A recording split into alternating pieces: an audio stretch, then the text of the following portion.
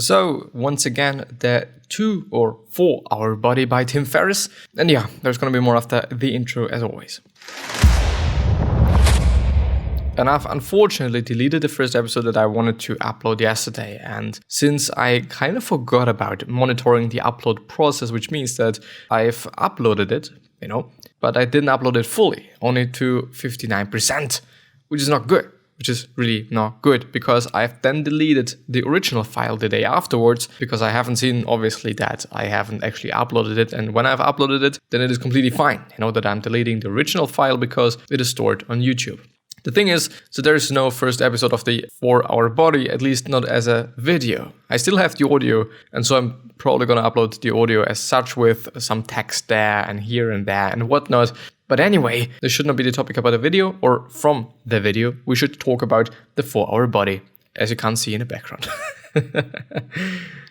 Let's see, because there it is. There it is. And I'm actually going to close this little window here because it's a little bit annoying. So yeah, yesterday yesterday, because yesterday's episode is completely fine. The day before, it's not fine. Well, yeah, anyway. Cold stimulates BAT, or BAT, which is the brown adipose tissue, I think, and I also hope that it is pronounced that way, to burn fat and glucose as heat. Which means, well, we're gonna come to that, I guess. First, place an ice pack on the back of your neck and upper trapezius area for 20 to 30 minutes, preferably in the evening, when insulin sensitivity is lowest.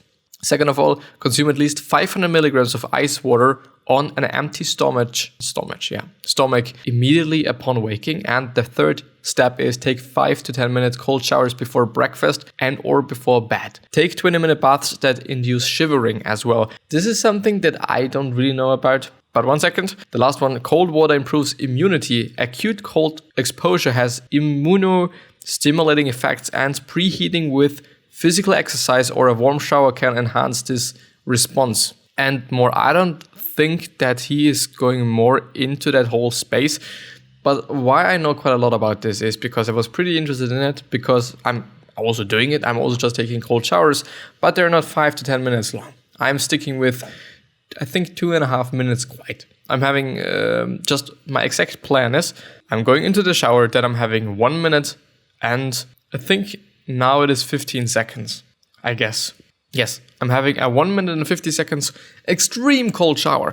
So I don't know what, I don't know what the cold exposure is. Cold water is not like really cold water, because I'm always having just at the coldest stage or the coldest whatever I can, because I want to have it cold. The question now is cold, or does it matter how cold the water actually is? I maybe actually have to check that out, because it's quite interesting. And also because I don't know. So maybe it is just better to have a 5-minute or 10-minute cold shower, even though it is like a lot of water consumption there.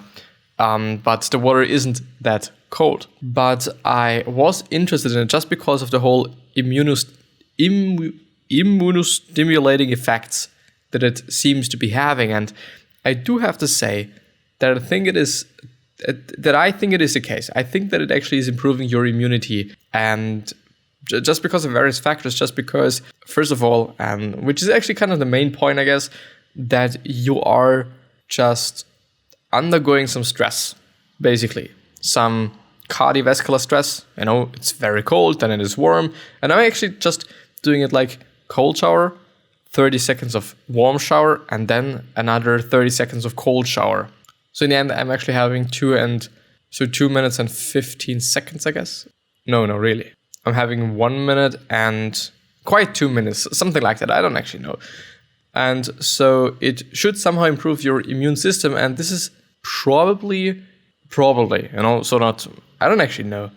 But I think it was somehow introduced to many of us by the Iceman. I don't actually know his real name right now, but you probably know the Iceman. The Iceman, I do hope that I'm gonna find it this way. Yes, Wim Hof, yeah, of course. Wim Hof, the Iceman, who is holding a lot of different world records, and just swimming underwater till his retina froze and all this shit. He did it all, and he's amazing. Also because he hasn't had a cold for just several years, as he actually says. So we don't actually know. But something that was proven, and something that's actually was proven by hospitals and by scientists and by shit, is that his breathing technique and probably also the cold exposure is definitely helping him with being immune to certain things, which is a pretty cool thing, you know. The breathing exercises are pretty difficult, you know.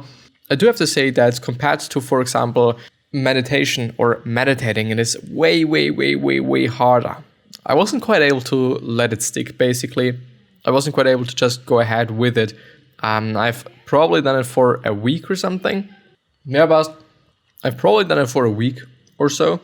And then I just had to stop, you know. And I actually did it before I went to Amsterdam was it this year? No, the last year. I think it was in November, I guess, or in October. Something like that. Because I felt a little bit like just my throat was a little sore and I was a little bit fucked and whatnot. And I thought, well, let's just do everything so that I'm going to be able to do that. And I think that it also worked quite.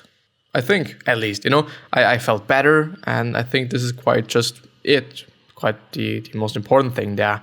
But it is, just as I said, it is a combination of, as you can actually also see in this little preview there, there is breathing techniques and there is also like cold exposure. And this is his method. So the Wim Hof method or the Iceman method. And you're probably going to find it. So if you're interested in it, it is definitely a cool thing to know about. And maybe just take some advantages out of that. Cold pack gel wrap, which I guess is some sort of a cold gel wrap thing. I don't know. The more a food causes blood sugar to jump in general, the fatter you will get, which is something that you can have a look at by having a look at the GI index, which is a glycemic, I think it is pronounced the way, I don't actually know, index, which basically shows how much of an effect something has on your blood sugar levels. So which is something that I've then found because I've also been interested in that, and I'm also doing that because I believe in it. I don't know if I've actually gained some benefits from that. I really don't know. I do kind of have a feeling that if I would be actually kind of just eating, quote unquote, in a normal way, then I would be just so fat, you know, because if I eat as much as I kind of have to just stay not hungry, then I really have to eat a lot, you know, I really do. And I do think that, I mean, like, well, yeah, you know, I think it also depends on what it is all about. I don't really know if I would be able to just eat such a lot of sugary things because I don't really think that I would be able to do so. Well, yeah, so just have a look at the GI index so that your blood sugars are not going to jump too high. Most often these things that are really high in GI index is bread, potatoes, actually, which is 100 out of 100, which is something that's pretty interesting. Then, like, actually every grain is quite high, but barley is really low with 25 as far as I remember. Oats is quite something. It is still counted as low, even though it's just right to the edge of the medium section. So there's low, medium, and high GI index with, I think, 55, if I'm not wrong here. Also, a lot of fruits, for example, pineapple or watermelon, they are really, really high in the GI index. And just on the other hand, there's also some fruits that are really low on the GI index. For example, apples, oranges. Banana is also not too high. Then clementines and mandarins, if they're called like that. I don't know. Yeah. But something interesting that I didn't think and I didn't also know about is cinnamon can be used to reduce the glycemic index of a meal up to 29%. First of all, get freshly ground cinnamon or grind it yourself. The best, as he says, is the Saigon cinnamon, cinnamonium, whatnot, also known as Vietnamese cinnamon. 4 grams of cinnamon, which is 4 divided by 2.8 or just about 1.5 teaspoons. Don't consume more per day because there's actually some dangerous things that can happen by over-consuming cinnamon. I don't actually know what. I think you can actually die, kind of. So just stick to the 4 grams per day, I guess he said. 4 grams of cinnamon, yeah. 4 divided by 2.8, so that you have, yeah. The easiest thing you can do to decrease glucose spikes is slow down. I had to methodically finish my plate in thirds and train myself to wait 5 minutes between thirds, usually with the help of iced tea and slices of lemon. It also helps to drink more water to dilute digestion. Yeah, you know. I think, and this is also something that I see in myself, like I'm eating quite fast, especially after my fast, like really, really, really. But yeah, Dexcom 7 Plus, I don't know what this is. The Dexcom 7 Plus is a continuous glucose monitor I used and abused. It is an implant that gives you the approximate data of 288 fingertip blood samples per day. I found it invaluable even as non-diabetic. WaveSense chest glucometer. This is by orders of magnitude the best glucometer I've found. It's small, simple to use, and incredibly consistent, and it accounts and corrects for environmental factors. Whatever that means, but seems to be cool. One of these meals has to be eaten every 3 hours while you're awake. You must eat within 1 hour of waking and 1 hour of bed.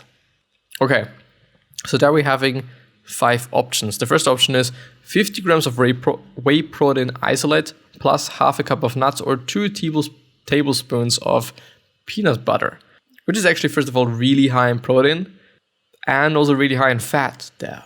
The second option is 8 ounces of cooked white non-fatty fish, no salmon and no mackerel etc. Half a cup of nuts or 2 tablespoons of peanut butter. Acceptable fish include, but are not limited to, lean tuna, whitefish, bass, catfish, pike, whiting, and flounder.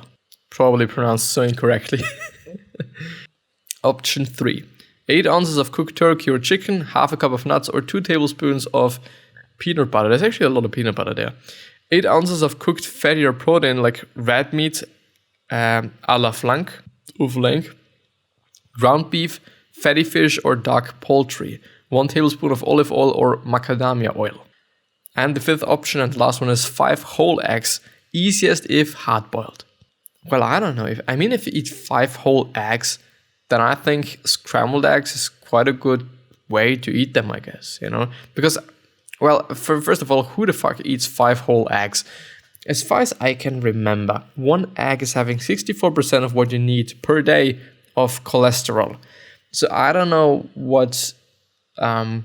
if he's also going to talk about this in the summary here, or if he's generally talking about this in the book as such. Because I don't know, like people say like, okay, you should have a look at your cholesterol. It shouldn't be too high, obviously, yeah. Which is a really common theme. But I don't really know if this is the truth. I don't really know if this is that bad. And I don't really know if so many people actually are just so high in cholesterol and or if there are some negative sides of that. Maybe there are. Maybe on one hand, it is just a marketing gag and good for selling products, which is, by the way, something that I would never, ever try to do. Like, I don't know. I want to have a product that is good and that is doing good to people. And it is not like there for just because it can be there somehow. In terms of things you can eat, I guess. If it is about like, I don't know, clothing, then it is quite always the case. You don't need a new Gucci bag, but you can. So, yeah. Unlimited quantities of the following are allowed at each meal. But I think these meals, I guess, ? Spinach, asparagus, Brussels sprouts, kale, collard greens, broccoli, ray broccoli, and other cruciferous vegetables. Most matches start with a 20 kilogram or 44 lb or 24 kilogram and or 53 pound kettlebell. I did nothing more than 1 set of 75 swings 1 hour after a light, protein-rich breakfast twice a week on Mondays and Fridays. And that's actually quite it. Could be. If he's saying that, and I don't know if this is the only thing that he did, because he doesn't explicitly say that it is the only thing that he did, basically. The king of exercises, the 2-arm kettlebell swing is all you need for dramatic changes. Stand with your feet 6 to 12 inches outside of shoulder width or either side, each foot pointed toward about 30 degrees. If toes pointed straight ahead were 12 on a clock, face your left foot would point at 10 o'clock or 11 o'clock, and your right would point at 1 o'clock or 2 o'clock. Keep your shoulders pulled back, retracted, and down to avoid rounding your back. The lowering movement, backswing, is a sitting back on a chair movement, not a squatting down movement. Do not let your shoulders go in front of your knees at any point. Imagine pinching a penny between your butt cheeks when you pop your hips toward or forward, there should be a forceful pop, and it should be impossible to contract your ass more. I did just the whole penny situation. Please don't say that. Well, yeah. Setting the expectation that things will be easy results in disappointment and quitting at the smallest hiccup. If you prepare yourself for massive challenges and not such challenges crop up, it will be a pleasant surprise. Yeah, you know. But I think, I don't know, like always setting expectations is, I think, difficult and dangerous. cd4ourbody.com/exercises for photos of all the Kiwi's exercises. I do wonder what they is, so I'm actually gonna have a look at it since we're having some time. Why is this actually not working? Don't confuse. ourbody.com/exercises. I do, by the way, also wonder if this URL is still working or if it is not, but it seems to be working. Or it is just leading me to, yeah. Oh, well, yeah. All exercises except for kettlebell swings are performed for 10 repetitions using a 13 repetition max weight. I see. And it is 10 repetitions. I do wonder if this is like the optimal thing. So we're having heavy dumbbell front squats to press ass to heels. Squeeze glutes as bottom for 1 second before rising. One arm, one leg, the dumbbell row. Walking lunges with sprinter knee raise. And wide grip push-ups. 2 arm kettlebell swings. 20 to 25 times. Repeat sequence 2 to 4 times. Workout B. 1 leg Romanian deadlift, chin up, 1 leg hamstring curls on Swiss ball, blank for abs and gluteus medius on sides. Progression start with 30 seconds front, 30 seconds each side, working up to 90 seconds maximum. Reverse hyper, whatever this is. I can also click on it, so there might be some pictures, but I don't really know. Oh no, it is a video. I'm not going to show this. I'm going to link it down, probably. Or you can also have a look at 4ourbody/exercises.com/exercises. I'm sorry. Should be fine, you know. The only reason I'll never be fat again is because I start each meal with a base of vegetables that taste good, and then I add my protein, and not vice versa, I assume. If you have to choose one exercise, choose this one. Using a boso or Swiss ball, ensure your ass is close to the floor, usually no more than 6 inches off the ground. Then follow these steps. Start with arms stretched overhead as high as possible.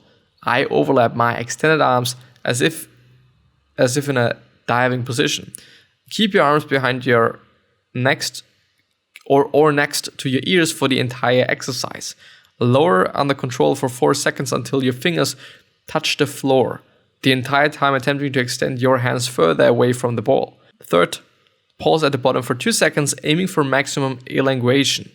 Rise under control and pause in the upper fully contracted position for 2 seconds, and then the arm should not pass perpendicular with the ground. Repeat for a total of 10 repetitions. Once you can complete 10 repetitions, add weight to your hands. The next exercise, the cat vomit exercise. It kind of feels like not good. Maybe because of vomit, but I'm not quite sure. It's probably gonna make you vomit, but I don't know.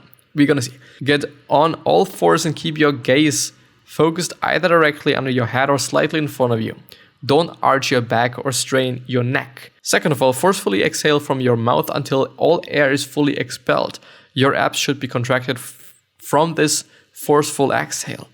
Full exhalation is necessary to contract the transverse abdominals, and you'll use gravity to provide resistance. Hold your breathe and pull your belly button upwards toward your spine as hard as you can for a target of 8 to 12 seconds. Fourth, inhale fully through the nose after the 8 to 12 second hold, and then take 1 breath cycle of rest. Exhale slowly out of the mouth and inhale slowly through the nose. Then repeat the above for a total of 10 repetitions. Don't rely on the plain vanilla crunch. It is utterly ineffective. And this is actually something that I've heard really often, especially if you're, especially if you're trapping your legs under some weight or under, I don't know, whatever it might be, because then you're actually not working on your fucking abs. It seems to be working on your fucking abs, and it is also way more easy than just doing the normal crunch, but you're basically working out your hip extensors or extensions. Let me see. Hip extenders.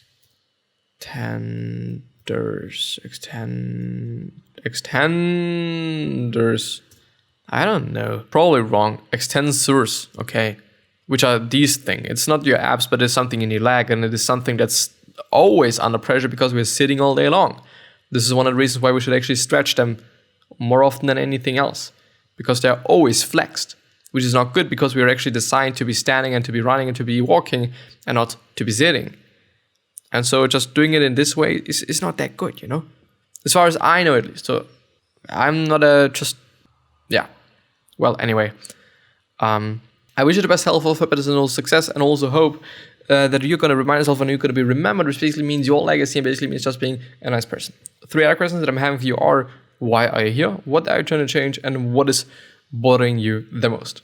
And with that being said, I'm hopefully going to see you the next time. So bye-bye, and thank you a lot for being here. I love you. See you, and stay healthy.